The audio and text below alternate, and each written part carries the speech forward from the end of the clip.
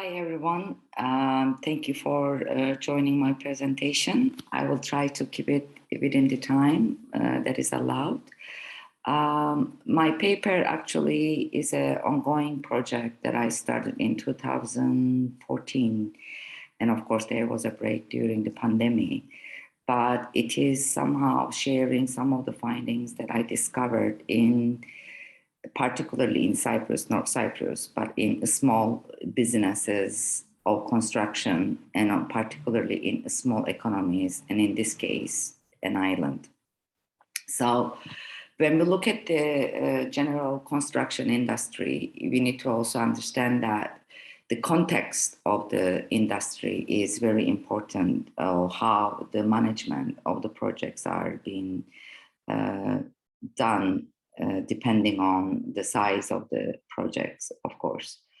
Pestle analysis, which is being used in business and other industries, is also another approach that we can actually use here to evaluate the context of the business environment in construction and somehow come up with some interesting ideas of why certain problems that we face within the industry might actually happen.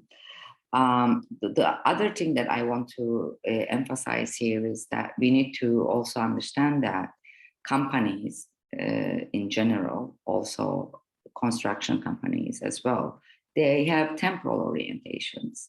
So it is important that when we're evaluating this contextual environment of the companies, we cannot just look at the present and also plan for future, but we also have to emphasize the past history of those contexts that the companies are operating in. So North Cyprus, as you might know or not know, is the north part of the island Cyprus in the Mediterranean, which was divided, literally divided into two after the conflict in 1974. So this paper look at actually the factors after 1974, and we look in why we're analyzing the contextual environment. We mainly focus on the political factors as the pestle analysis, such as the economical factors, the social factors. So while we're looking at that, and as I mentioned earlier, that we look at the history and of course the present and also the future. So the paper actually sees that the trauma of the history of the island, the size of the business of the island, the businesses on the island, and of course, the owner managers of the small businesses are very important factors which shapes how management is done in our industry, in the construction on the island. So when we look at the political factors of that, in this particular reason that North Cyprus is one of the very few de facto states in the world, meaning that there is no international aid and limited investments are happening on the island because of the non-recognition. And politics then becomes the utmost important element that controls everyday lives, including businesses on the island. This also brings that, like islands, without being divided or not, we also found out that there is always a patron country that the islands rely on.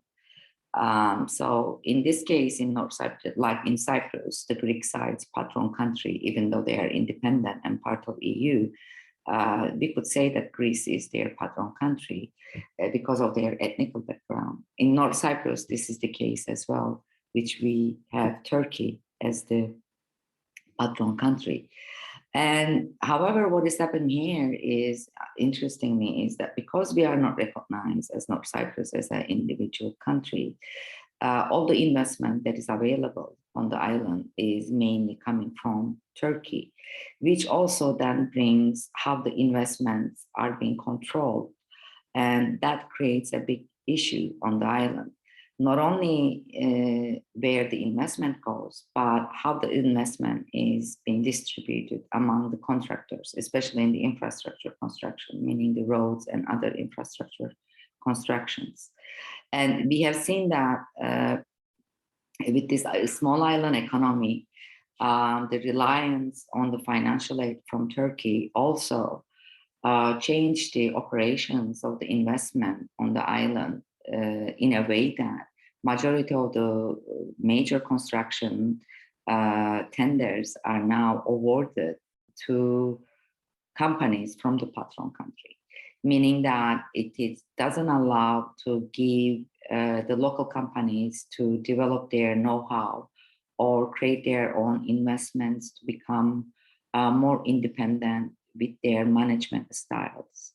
With all of that, we are looking at that owner managers, because the majority of the construction firms on the island are quite small and they are run by family.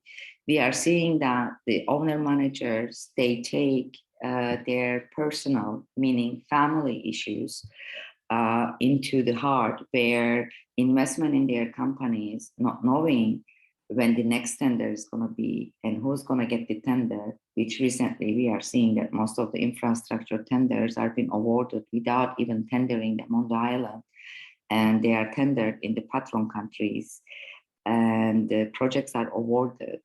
We are seeing that the projects are being built by the others and the owner managers are being excluded on the island, where they are now moving away from the infrastructure and they are only mainly focusing on the small size projects. Of course, there is also another factor that we need to also consider here, is that owner managers, if you don't have organizations, big organizations, they sometimes, because the businesses are run by the family and it is hand-me-down from the family to the wives or the daughters or the sons, we see that they have the inadequate skills, lack of knowledge, and unwillingness to share information with the strangers. And all of this is now building up and creating an environment where the construction industry on the island is facing serious challenges with lack of knowledge and lack of technology, lack of investment in innovations. On top of it all, the history of the island is also, when we look at the psychology of the general public of the island within this study, that because of the memories of the people, which is a very young history, 1974, if you think about it, that what is going to happen next because of the ups and downs of the politics of the island, we see that what is ethical and what is not on daily businesses, practices in North Cyprus is no longer important issue. So we are also seeing that unethical behavior of the industry. However, because I don't want to run out of the time, we are also looking at that in the small islands, especially particularly in North Cyprus, we have no data collection. We don't have the past history of the companies, which is also building up to this knowledge and lack of knowledge in the companies. And the other issue with this is that innovation and investment in improving the technical skills and the knowledge of the companies is no longer a tendency. So if you look at the discussions here, that we can actually draw the picture of this conflicted societies in general, especially here in North Cyprus. When we look at it, we can actually see the emphasis of the patron country, which is limiting the globalization and competition because you cannot compete. We can look at the history and we see that there is a conflict and trauma coming from the unrecognition, no investment, embargoes. And of course, this is a stopping reaction to change, increasing the vulnerability and decreasing resilience of the companies.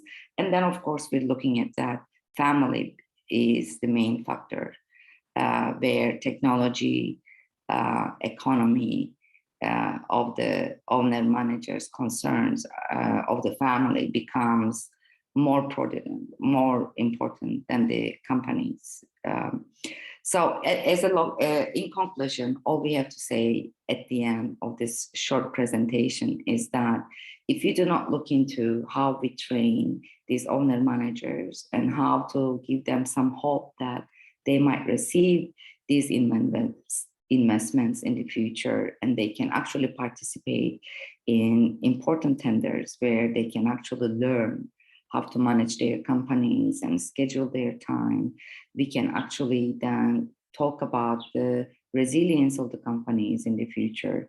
However, if we leave it as it is at the moment, we can see that the local companies on this island have maybe will not have any opportunity created for them to survive for the long term, and we will lose that indigenous knowledge and the culture that we have had on the island. Thank you very much for your time. Have a nice day.